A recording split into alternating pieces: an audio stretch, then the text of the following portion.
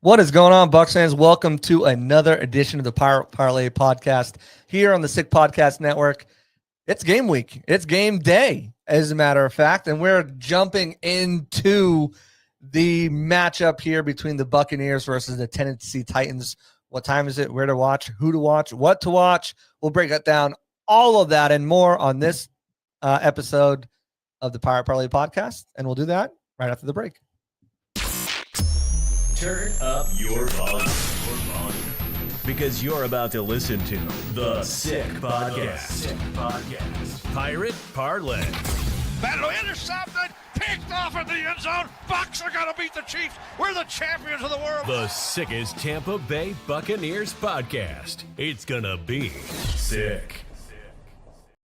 After almost 7 long months without football, it is back. Preseason, but it's still back.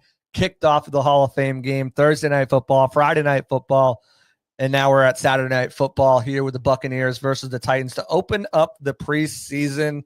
And let's get into it. Let's get into this matchup. When is it? It's going to be here before you know it. Saturday, August 9th at 7:30 p.m. at Raymond James Stadium. If you're local, you're watching on the WFLA network. And if you are watching it locally, you're getting a special treat, because you'll get Chris Myers and Rondé Barber on the broadcast crew with Eileen Natchik also there, the sideline reporter.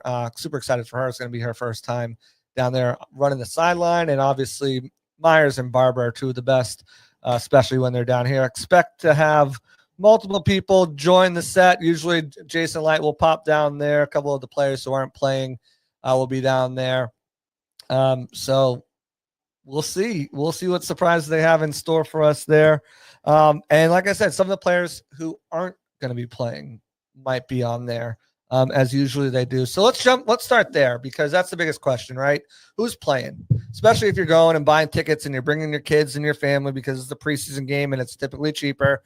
And really, if you're going, sometimes you just want to go without the fam, have a couple of drinks, have some fun. So preseason is a great time to bring your family. Again, tickets are cheaper. It's hot. It's really hot. Even at night, it's really hot, but it's a great time to bring. So a lot of people are kind of wondering who's going to play. Bowles has been pretty non-committal about who's going to play. So we'll see. He said some starters will play, some limited snaps and everything like that. He really said it was going to be based on this practice right here. So I'm sure they'll go back on the film and kind of see who's going to be playing. He did say today after practice, was asked if fans will see a lot of starters. He said not this Saturday, no. So most likely, take out Baker Mayfield, Mike Evans. They're not going to be out there. Assume you're probably not going to see Graham Barton, Cody Mauch, Luke Gedeke, Cade Otton sideline with an injury, so he's not going to be out there. Bucky Irving, I wouldn't expect to see him as well. I wouldn't be shocked if they protect Rachaad White. And, Jalen McMillan too. Like, those are, with so many wide receivers banged up, do you want to risk a Jalen McMillan out there? And the biggest question is Emeka Egbuka. Will we see Emeka Egbuka making his rookie debut? These are all questions people want to know. Majority of the stars are going to play. I would expect Charlie Heck to get a series, at least at left tackle, get some live bullets in the stadium. I would also expect to see Emeka Egbuka maybe get a series or anything like that. That's the big question. Will he play or will they hold him out? Technically, he is a starter. Technically, Chris Godwin, we don't have an update. We haven't seen him running outside with the trainers like we would normally if a player was, getting ready to come back from injury. Could he be doing it elsewhere, just not in front of the media? Yeah, sure. Of course he could. But until we get further clearance of what could be going on there, expect him to be out for the first 4 weeks, essentially making Emeka Egbuka a starter. So it's questionable there. I would think they would want to get him a few snaps, at least a series. Same thing with Charlie Heck. Just kind of get it out there, even though Heck might not be with. And, you could throw Bredesen out there if you wanted to, and just kind of have that left side of the line, a series, a couple reps, a couple plays together. But as far as starters on the offensive side of the ball, and we'll start on the offensive side of the ball before we jump to the defense, I don't know if we're going to see any. I really don't. I would, if it was me, I would get a Egbuka out there. I would probably get Heck out there. I might even get McMillan out there for a series as well, kind of have them be the 1-2 punch, see your future, what that 1-2 punch is going to look like at receiver. But there's plenty of guys that need run, that need reps, that need evaluating. And the Bucs are going to use this, as they usually do, the first preseason game, as a chance to get a really good look at some of the depth and some of the younger guys, and especially some of the rookies undrafted and drafted alike. So I would expect to see a lot of those guys play, and then either that second, usually it's the third preseason game teams are treating like they'll let guys play a quarter or something like that. Maybe next week against the Steelers, we see an uptick a little bit of maybe starters get in for a series or something, but I would expect them to play probably for like a quarter in the third one. If they don't play extended next week, but it all depends. They might decide that they'd rather play their starters next week against the Steelers, because they're going to be going up against the Bills during the season. So maybe you kind of flip it around what you might normally do, just so they don't have extra, not that they can't watch the film before the game but just so they don't see it in person, anything that you want to put out there. So it'll be interesting to see how Bowles does that. Maybe I'll ask him that at his next presser, if that plays any consideration. So we'll check in on that. But as for starters, I would imagine maybe Heck, maybe Bredesen, maybe Ibuka, and maybe Jalen McMillan, maybe Rashad White. He's not a starter, but maybe Rashad White. Maybe they don't want to risk that. Big day for Sean Tucker and Owen Wright. So let's talk about those guys who aren't going to play, who have these big opportunities, and who to watch. Because I think when you look at the Bucs offense, there's a few players that have an opportunity to earn a spot or secure a spot, or might not even be that. It might be just to secure a role on game day, right? Because you can only dress, you have 53, you can only dress, I think, 45, 40, 46.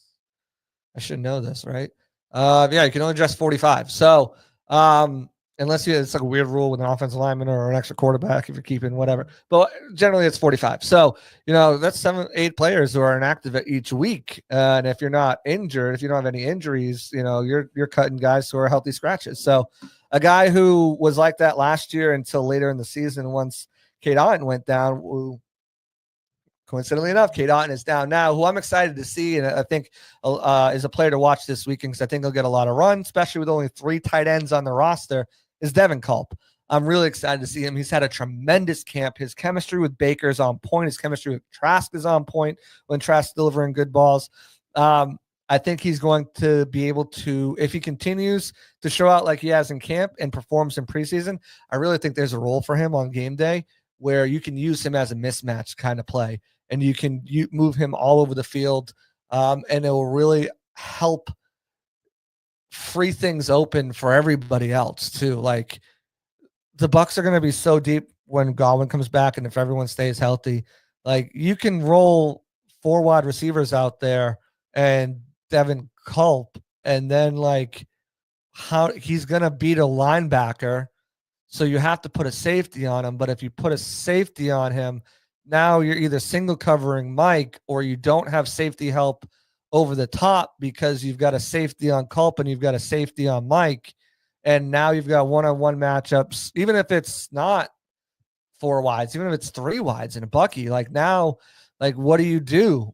Because now Godwin's one-on-one and Ibuka's one-on-one. And if you're 4 wide, Jalen McMillan's one-on-one, and they've got no help. Or if you're Bucky, you're trying to have a linebacker cover Bucky out of the backfield instead of having that safety, because now you have to devote that to Devin Culp. I think you can really carve out a dangerous role for him, especially when they go into 12 personnel, and they don't really need big inline blockers, where I think Payne Durham would come in more so, when that's the case with Cade Otton. But if Devin Culp continues the trajectory, one to watch throughout on Saturday and one to watch throughout the rest of training camp, I think he can, again, not only land on the roster this year, which was kind of question mark yet last year, but really have a game day role there too.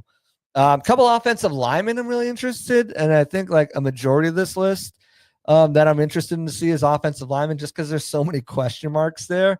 So before I jump to offensive line, let's talk about another skill position, and that's running back. Again, Sean Tucker he's going to get a workload. He's going to get a lot of reps, a lot of carries, and he's going to show, hey, this is why I deserve a bigger opportunity and more role. The Bucs have been very open and honest about saying, hey, we didn't get him the ball enough last year. We need to get him the ball more this year. So I expect an uptick for him, and this is an opportunity for him with only Owen Wright, especially if Bucky doesn't play and Rashad's only getting a couple reps with Josh Williams sidelined, DJ Williams no longer on the roster. Sean Tucker is going to get a lot of run this game, I feel like, and an opportunity to really kind of make his stamp and say, hey, I deserve more opportunities. And I'm excited to see what he can do because I think he's also improved as a pass blocker. And I really want to see them put him in situations where he has to pass protect in a live action game, because if he can pick that up, he becomes a tremendous player for you to utilize, because now you can use him on third downs as well. And with his breakaway speed and his home run speed, he becomes a real problem as far as, trying to figure out what they're bringing him in for, because normally when he comes in, he's a running back. But if he's picked up his pass protection, and he's always been decent at, he's not Rashad White as a receiver, he's got decent hands. Now you really kind of have three backs where they could run the ball, they could catch the ball, and they're all, and again, Bucky does his best. He's not out here as pancaking guys, but they're all capable kind of in pass protection. Even though Rashad White's by far and away your best guy, if Tucker can show that he can do it, he'll get more opportunities as well, especially if anyone gets banged up along the way and they want to kind of keep guys' snap counts minimal at the beginning of the season, keep them fresh for a run. So wide receiver is a little interesting. They've got a couple guys banged up. I really wanted to see Tez Johnson, but he's not going to be out there. He's kind of competing with Cam Johnson for that similar role. So both of these guys are down. So we'll kind of see Garrett Green, the former WVU quarterback turned wide receiver. Maybe he can kind of step up and show something on the unofficial depth chart. He's actually, he's kind of higher than those guys. So we'll see what he can do.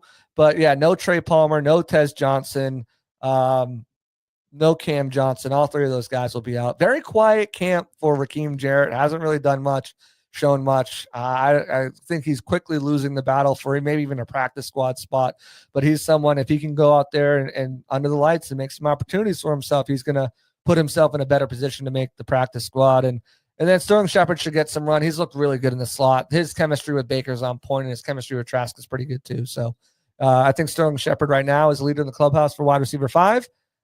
Because of his ability. And again, last year, remember, where this guy's done, his career is over. He comes out, he's running, end arounds and stuff like that, and just become a really good target for them. So I think wide receiver 5 is good. With the new kickoff rules, you kind of don't need as many wide receivers out there, and you got good depth in the secondary that I feel like can take over some of those responsibilities that maybe you want that body frame for. And obviously better tacklers anyways. So and then wide receiver 6 is that battle for that punt returner and wide receiver spot. And Tez Johnson, it's his to lose. He's got to get back healthy. Todd Bowles says all three of those guys should be back by next week. It shouldn't be something that lingers. So before we jump to the defensive side of the ball, players to watch on offense for the offensive line now, there's a bunch. Starting with Charlie Heck if he plays. He's had his ups. He's had his downs. Let's see what he looks like under the lights with some real pressure, with some real competition here where everyone's going full tilt because it is a game and it's not a practice. So I want to see him out there. That's the biggest thing. I want to see him get some reps out there, even if it's just for a series. I want to see that. Elijah Klein is a guy they're toying with everywhere. He played some right tackle last year. Remember the third preseason game for the Bucs? He was emergency. They literally told him like the night before, hey, you might have to play some right tackle for us. And he did so admirably, but he's been getting second-team reps at center. He's been getting reps at guard. He's got some reps at second-team right tackle. I want to see him. I expect him to play the entire game, and I expect him to play at all different spots, maybe throughout at least 3 quarters, and I wouldn't be surprised if he plays a quarter at each position too, just to let them get some film on him in a game perspective. Ben Chukwuma, their super raw tackle that they got in undrafted free agency, highest paid undrafted free agent signed this year. Excited to see what he can do. You can see flashes of brilliance and greatness, but then you can see flashes of this guy is super raw, a year and a half of football, half of it on the defensive side. Like there's a lot to work with, a lot to mold, but I want to see those raw traits come out when it's do or die, when it's live bullets flying at you under the lights, how to react. How quickly can you fall back on what you learned from the coaches? I want to see that too. And then 2 other guys, I think who are kind of battling each other for a spot, and they're both vets. Michael Jordan, Sewell Peta. Jordan's getting some run at right tackle, but has been a career guard, 0 snaps at tackle in the NFL. Mostly a career right guard too. So they're giving him snaps at right tackle. If he can man that spot, he's going to be really, really valuable for the Buccaneers because he has extensive starts at guard. He's a veteran who's played ball in the NFL and not just played sparingly, kind of like Sewell Peta has. So if he can play right tackle and right guard, I think you've got yourself, you're potentially your 9th or 10th lineman right there. So that's fun to watch those two guys battling it out. We'll see if Suda comes back. He just came back last week, or early this week rather. So we'll see if he plays. He might not just because he just came back. But again, Michael Jordan's one to watch too, to see if he can, where he's lined up and see how he does there. Because if he lines up at right tackle, which I'm sure they'll give him some reps there, and he does well, it proves that it provides some depth. Kind of like the guy who they got from Green Bay last year, who I can't think of his name right now, who could play guard and tackle. So then Ben Scott and Jake Majors, the 2 undrafted free agent rookie centers they brought in. Majors has been starting to get some time at guard because he needs to be versatile. If he's just a center, they're not going to keep him. While Ben Scott came in as a sign as a center, but played mostly guard. So we'll see how those guys play out. But I think those are the guys that I'm looking to watch for on offense. Going back to my draft prep and stuff like that, there's a few guys, rookies, that I'm excited to see on the Titans defense. Unfortunately, one of them's injured, is not going to play, Kevin Winston Jr., the safety from Penn State. But they've got Femi Oladejo out of UCLA, came in for a visit with the Buccaneers, undersized pass rusher, but a lot of energy. I'm excited to see if he can do anything, just because he was a guy that I was really high on, and I just want to see if he's able to do anything. But I'm not sure what the Titans are going to do as far as starters. They might play some. They're not the best team. So, sometimes you'll get situations where, hey, we need work as a team to get where we are. So we'll see how that plays out. As far as defense, again, moving to that side of the ball. And again, you're watching the Pirate Parlay podcast here on the Sick Podcast Network. We're doing our breakdown right now between the Bucs and Titans, just kind of players to watch. We're not really doing matchups because we don't know who's playing. It's not a normal week with all the preseason starters not playing. We're not doing anything like that, but just players to keep an eye on in the game and the significance of those reps that they get. We're also just talking about who's going to start, who's not. So let's get into that on the defensive side. Defensive starters, probably not Gladziakansi, probably not Vita Vea, probably not Yaya Diaby, definitely not Levante, definitely not Hassan Reddick, definitely not Zion Antoine Tyke, probably not Jamel Dean, maybe Servassier Dennis and Logan Hall. Maybe they get some reps. Maybe especially like if I would have to go with one, I'd probably go Logan Hall. With Voss's injury history, like, do you even risk it? I don't think you do. But maybe Logan Hall gets a rep or two, a drive, maybe a couple series, a series or a couple plays on a series. Maybe just, again, he is a starter, but he's not to the level of you can't lose him. But maybe you want him to get some work. Although I don't think so. He's one of the only starters. Just kind of going back to Charlie Heckameko Buka. I'm looking at Logan Hall, Servassier Dennis, maybe as the only guys getting some rep. I would say Jacob Parrish, because to me, he is going to be the starting nickel cornerback, but he's a rookie. So he's going to get playing time. And that's who definitely leads me right into who I want to see is Jacob Parrish. He's been getting the number one nickel cornerback reps pretty much all throughout camp. Christian Izien has worked in there too as well, but he's been taking majority of those number one reps and he's been making plays. He's a rookie. He's going to get beat, but it's how he rebounds from those plays. And I think that's really important for him. And Benjamin Morris is showing that, hey, it's a bad play, we're moving on. And Benjamin Morris showed that in the indoor facility practice when he got beat on the very first rep by Mike Evans, and the second rep came back and made an interception. So both of these guys have goldfish mind. They're moving on very quickly. Jacob Parrish, I'm excited to see what he can do as far in the slot,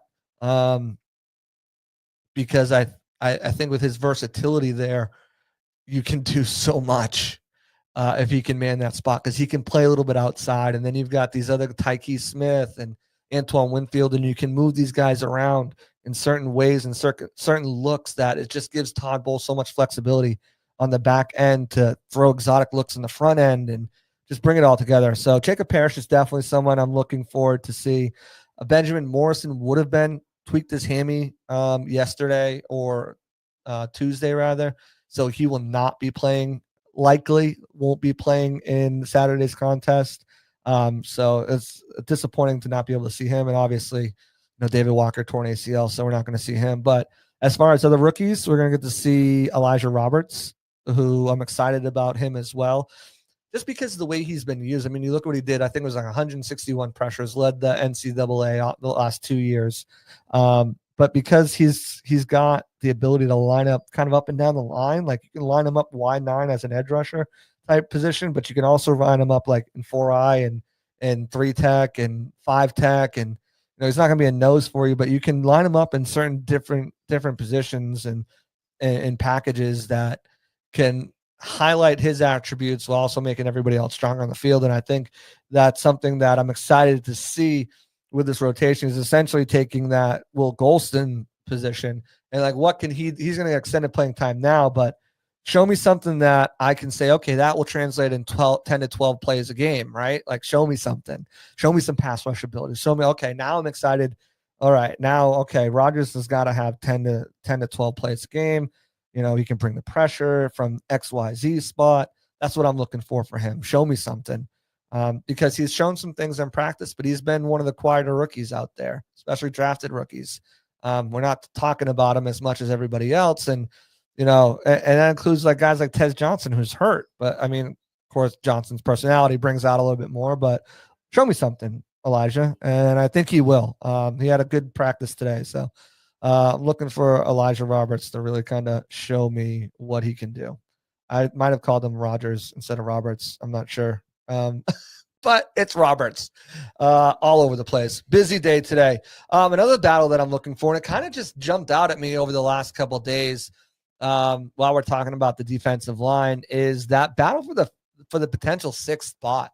I kind of chalked it up as CJ Brewer's to lose, but specifically today in one-on-ones, and again, these go the one-on-ones in joint practices and these practices like that, they hold almost more weight than some of the games sometimes. A lot of the coaches put a lot of stock, especially with the starters and everything like that. CJ Brewer, Adam Gotsis, and Eric Banks. Banks and Gotsis are veterans. Banks was with the team last year. So was Gotsis. He was signed late, and then a futures contract, former 2nd-round pick of the 49ers, I believe. Well, Banks entered, I believe it was with the Broncos, but both of those guys, including Brewer, have really kind of showed up, and all of them were really good in one-on-ones. They were getting good pass rush. I think it's going to be a fun battle to watch those 3 guys try to win this final spot. Gotsis brings you the most experience as a player. CJ Brewer brings you the most experience in the system, and Banks might bring you the most potential, even though it's not very high, but as someone who can get better and maybe make a bigger impact just with his size and his ability. It's going to be a fun battle to watch those 3 guys. So that's another one that I'm watching. CJ Brewer obviously had a really strong training camp last year. In preseason, he didn't make the team. A lot of people were upset about that, but then made the practice squad and was called up to the active roster in like week 3 after burning through, or week 4 after burning through his elevations. You only get 3 elevations per player on the practice squad, so they had to sign him. And that was when Kalijah Kancey was out too for the first 5 games. Remember, he didn't come back to week 6. So, he performed well. He had first 2 sacks of his career. It's going to be interesting to see those 3 guys battle it out for that final spot, because I think that's going to be a fun one. There's a smaller battle on the edge rusher position, and again, this goes back to my thinking that I really think the Bucs are going to maybe keep 5 safeties along with 6 cornerbacks. Usually they only keep 4 safeties, 6 cornerbacks, 10 total. I can really see a spot now, especially with David Walker out, where they only keep 5 edge rushers instead of 6, and they usually like to keep 6. But I can really see a scenario where that's the situation there, which means that with David Walker out, your Yaya, Hassan, Braswell, Nelson, Marquise Watts and Jose Ramirez are fighting for that spot. Ramirez, remember, had the hat trick sack game last season, and he kind of lit it up and made the roster. This year, after Marquise Watts made it as an undrafted free agent the year before, Jose Ramirez, obviously the 7th-round pick, a lot of talk from him. Quiet camps from both of them. They've had some good plays, but they haven't been like, oh, did you see what Jose Ramirez or Marquise Watts did? Haven't really put out anything like that. So that's a quiet battle for that number 5 spot. And I think because they didn't bring someone in when Walker went down, like normally you think, oh, they're down one, they're going to bring someone there like they've done at quarterback or they've done at tight end or wide receiver, or not tight end, wide receiver or some offensive line, right? Running back. They didn't bring anyone there. So I really feel like they're comfortable with those 3 and battling out. Warren Peoples is also the undrafted rookie in that room. So Jose Ramirez, Watts, let's see. You got 3 chances to prove yourself. This is round 1. Who's going to make that final roster spot? So that's something to watch. The cornerback situation, I think they're pretty set with their corners. I think it's going to be Zion, Jamel, Morrison, Parrish, even though Parrish is more of a nickel than an outside, but he can play both. Bryce Hall and Kendall Vildor. I think those are your guys. And, that 5 and 6, because your 4 are locked in pretty much with Dean and Zion and what you just drafted those 2 guys. 5 and 6, maybe Roman Parody or maybe, Josh Hayes or Tyreek Funderburk. Those are the other 3 corners on the roster can do something to disrupt that. But Bryce Hall has had a phenomenal camp. He got burnt on a long pass down. It just looked like busted coverage. It didn't look like anything like he tripped or fell. It just looked like maybe there was confusion on the coverage called or whatever. But he's looked really good so far. Lots of interceptions. He's made some really good plays. So I think he'll play, and it'll be his first game back since week 1 against the Commanders when he dislocated his ankle, same injury that Chris Godwin had. So we'll get our first chance to see him out there, I believe. And then also Kendall Vildor, who, because kind of sneered at a little bit when the Bucs signed him. Certainly the Detroit fan base made their opinions felt known. But he's a guy who's had a really good camp. He's been shout out, a couple times by Todd Bowles and some of the other guys. And he's one of the most physical players in the league. And as your 6th guy, you can play special teams, and he's got starting experience, something that they didn't have last year with Josh Hayes and Tyreek Funderburk getting thrust into games. So, those 6 seem like the likely locks to make it, because they give you veteran experience. They've had good camps. But again, Roman Parody is a guy who's made some plays. And then Tyreek Funderburk and Josh Hayes, I think 2 of the 3 are battling for practice squads. And, we'll see how that plays out. I feel like Tyreek Funderburk probably has one. And you're really looking at Roman Parody and Josh Hayes as those 2 and who's going to battle it out. Unless they can find someone with, you never know. You get veterans on there or whatnot as you're assembling your practice squad, or maybe somebody else has caught your eye for a little while on another team and just hasn't worked out there. So, but those are the guys I'm watching there. As far as linebackers, Deion Jones is going to get some run. Anthony Walker's still out on NFI, but Deion Jones should get some run, and he's looked really good. I'm excited to see him out there. He's a player to watch, I think, because he's a leader in the clubhouse for linebacker 4, although Antonio Greer Jr. made a really good play, and he's had a good camp. And then you have Nick Jackson and John Bullock, who have had decent camps in their own right. I mean, these guys aren't as athletic as a Deion Jones or as a Anthony Walker or Savassi Dennis. They're more those kind of throwback, I would say KJ Britt style linebackers, really good at special teams, downhill thumpers. You want them out there in 1st and 2nd down on obviously run plays. And they've made some plays, in coverage, but, nothing that, again, it hasn't been like, oh my God, like we've got to talk about these guys and the way they're performing. They've gotten shout outs here and there, but this will be a big test for them, right? Because they're trying to unseat, at least one guy who's been in the league and is a former Pro Bowler and shown he still has that athleticism. He made a great athletic play today in pass coverage, breaking up a pass. So, I think when you look at what he brings to the table, can he continue this level of play? And if he can, I mean, plus he played special teams last year for the Bucs. He made a huge play in that Washington game that unfortunately, didn't go the Bucs' way, but big pass breakup and coverage. And I think they like him at linebacker 4, and it gives you good veteran depth too, in a spot where you really struggled last year, which is coverage. Middle of the field was a nightmare for them. So, but again, you look at Nick Jackson and John Bullock, they'll have opportunities to make the practice squad. They'll compete with Antonio Greer Jr. Those 3 guys are likely competing for that spot. But if you go out and ball out, anything can happen. So if you're keen on that linebacker competition, John Bullock and Nick Jackson, 57 and 53 are guys to watch there. And to round out everyone's favorite new addition to the Buccaneers, Shiloh Sanders is going to get some run in the safety room. Again, Antoine Winfield, Tyke Smith probably won't play. I don't know if Christian Izien will play. Bowles has already said he's a lock and probably doesn't want to risk him getting injured. So I wouldn't, maybe a series. I think he falls into like starters, kind of like, Servassier and Logan, maybe a series just to get their feet wet, but I don't even know if that's going to happen. When he says no starters, I think it's no starters. And I think Christian Izien is one of these guys where, while he's not a starter, you consider a guy who can be a starter at any moment, and in any specific kind of scheme you have, can go out there and be a starter at 3 different places.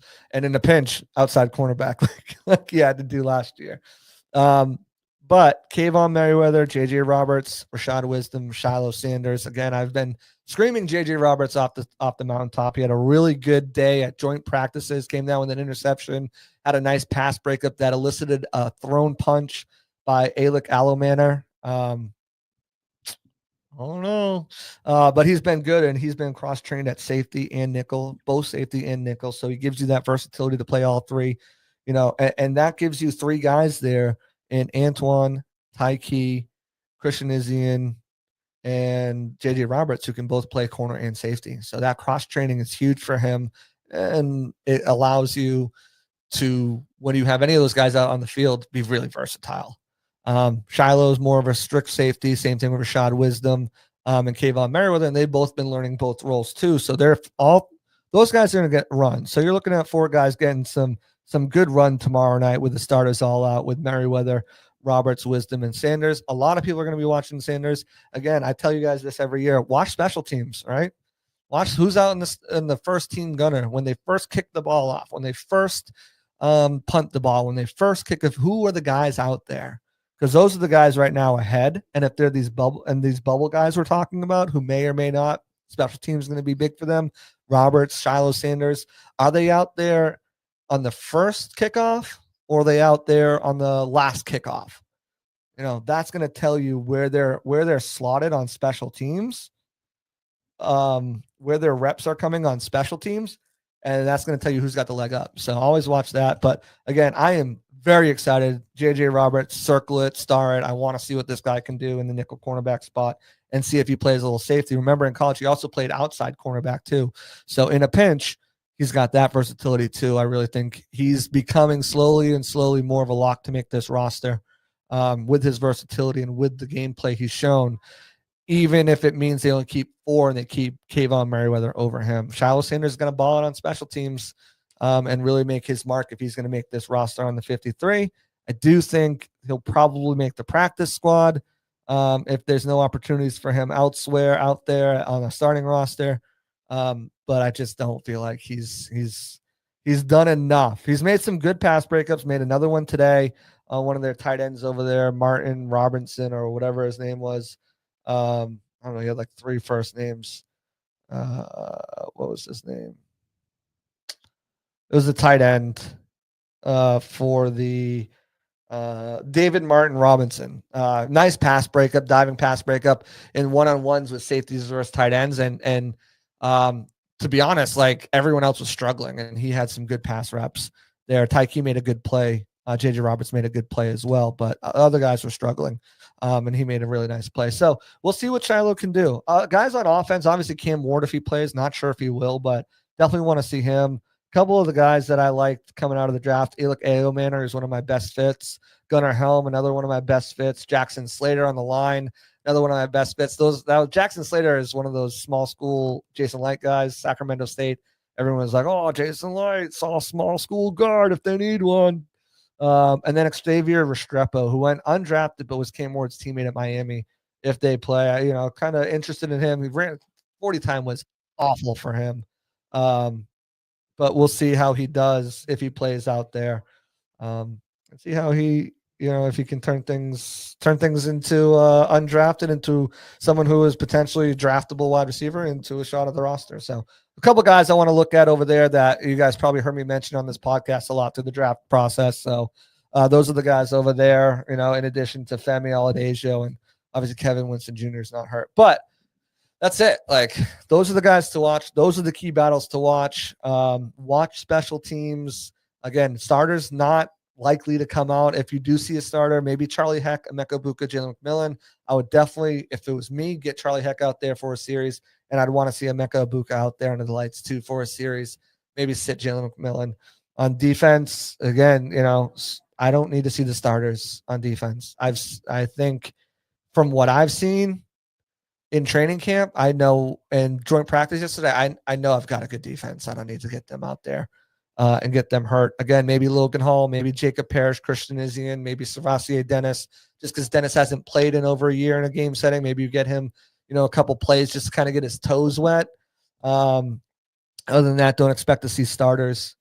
And if I had to say just two guys on offense I'm really excited to watch, Devin Culp, that I know who are going to start, Devin Culp, and probably Elijah Klein, because I know he's going to be played all over the place. And on defense, I'd say Jacob Parrish and Elijah Roberts, the rookies.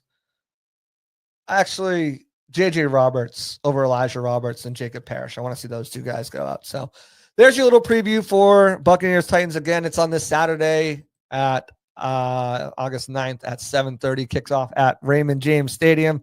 If you're local, WFLA, Chris Myers, Rondé Barber, Aline Natchik is going to be on the call for you guys. WDAE, 98 Rock to hear play-by-play analyst. It's great Gene Deckerhoff over there on 98 Rock. You can listen to it all. We'll be back we'll probably break down that game. Maybe we'll do it that night or that next morning. Takeaways from that. And then we'll get back into it because we got another game, another joint practice, another one right back to back with the Steelers. We're in there now. Like, there's no sleep for the wicked. It's games almost every week until bye week, and that week right between the end of the season and the season opener. So we're moving, we're grooving, no slowing down over here. We'll have plenty more guests. I appreciate everyone for tuning in. Like, subscribe, turn notifications. Everyone listening in podcast format, appreciate y'all for tuning in as always. That's going to do it for me in this preview of the Buccaneers Titans preseason game week 1 here on the Pirate Parlay podcast on the Sick Podcast Network. As always, I'm Jason Allen, and I'm out of here. Peace. And that's a wrap. Hope you don't miss us too much until next time. Follow the Sick Podcast Pirate Parlay on YouTube, Facebook, Google Play, and Apple Podcasts.